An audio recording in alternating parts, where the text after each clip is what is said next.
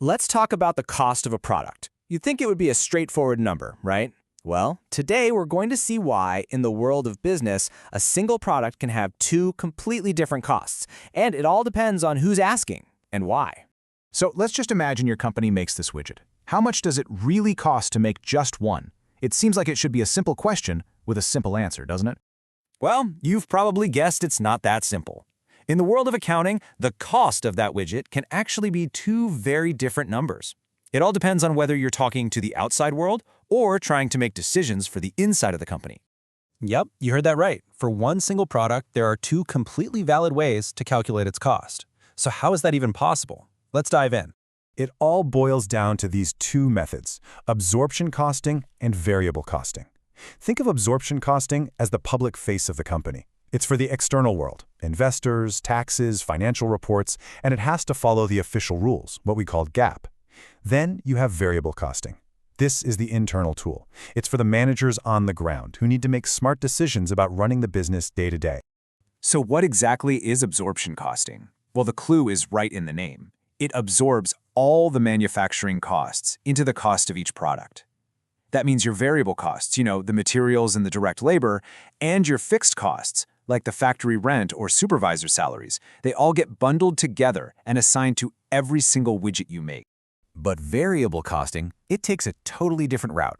It looks at a fixed cost like factory rent and says, wait a second, that cost is the same whether we make one widget or a million widgets. So it only includes the variable costs in the product's price tag. Those big, unchanging fixed costs, they're treated separately, kind of like your monthly utility bill, an expense for the entire period. So what is the one single thing that creates this divide? This brings us to the absolute core difference between these two methods. And there it is. It's that simple. It all comes down to how you handle those fixed production costs. Is that factory rent part of the widget, or is it just the cost of keeping the lights on for the month? That one decision changes absolutely everything. And you can see the ripple effect right here on the income statement. On the left, with absorption costing, you see fixed overhead is baked into the cost of goods sold. But check out the right side, variable costing. It yanks those fixed costs out and lists them separately down below. This actually creates a whole new line item called the contribution margin, which is a super useful number that tells you how much profit you're making on sales before you factor in those big fixed costs. They're two completely different roads to get to the bottom line. Okay, so it changes the paperwork. But does this little accounting detail actually change the final profit number? Oh, you bet it does.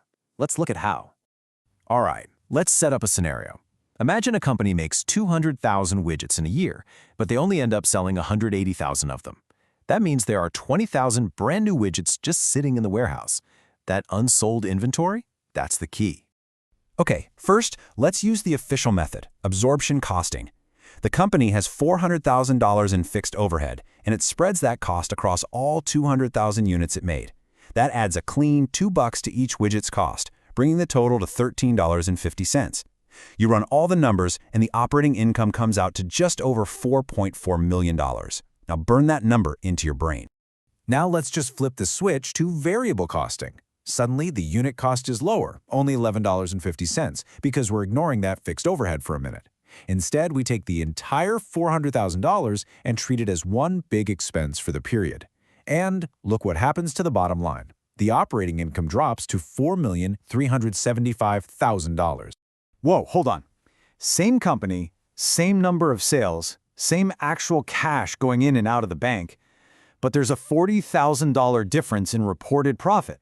How is that even possible? Where'd that 40 grand just disappear to?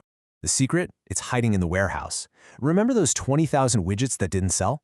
Under absorption costing, each one of those has $2 of fixed overhead attached to it. That cost hasn't hit the income statement as an expense yet. It's just sitting on the balance sheet technically as an asset called inventory.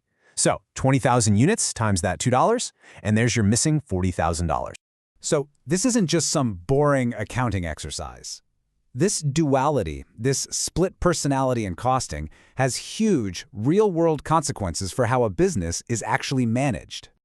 This table really breaks it all down. Look at the top row. When a company produces more than it sells, some of those fixed costs get tucked away into inventory.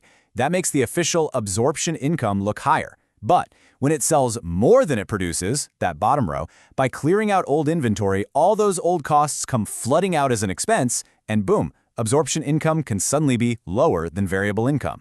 And this leads to a really dangerous incentive. Think about it. If a manager's bonus is tied to that official reported profit number, they could hit their target just by cranking up production at the end of the quarter. They can build a mountain of inventory that nobody even wants, but because all those fixed costs are now sitting in inventory instead of on the income statement, the profit looks better. And this is exactly why, for making actual internal decisions, managers almost always prefer variable costing. It gives them a much cleaner, more honest picture. Your profit is tied directly to your sales, not to how busy you keep the factory. It makes planning a whole lot easier, and it kills that dangerous temptation to play games with inventory just to juice the short-term numbers. So here's the simplest way to think about all of this. Absorption costing, its goal is compliance. It's all about following the external rules. Variable costing, its goal is clarity. It's all about making smart decisions on the inside. Which leaves us with a really fascinating final thought. If the people who are actually running the company need a completely different set of numbers to understand what's going on and make good decisions, what does that tell us about the official numbers that we, as outsiders, get to see? It's a powerful reminder that every number tells a story, and it's absolutely crucial to understand exactly how that story is being told.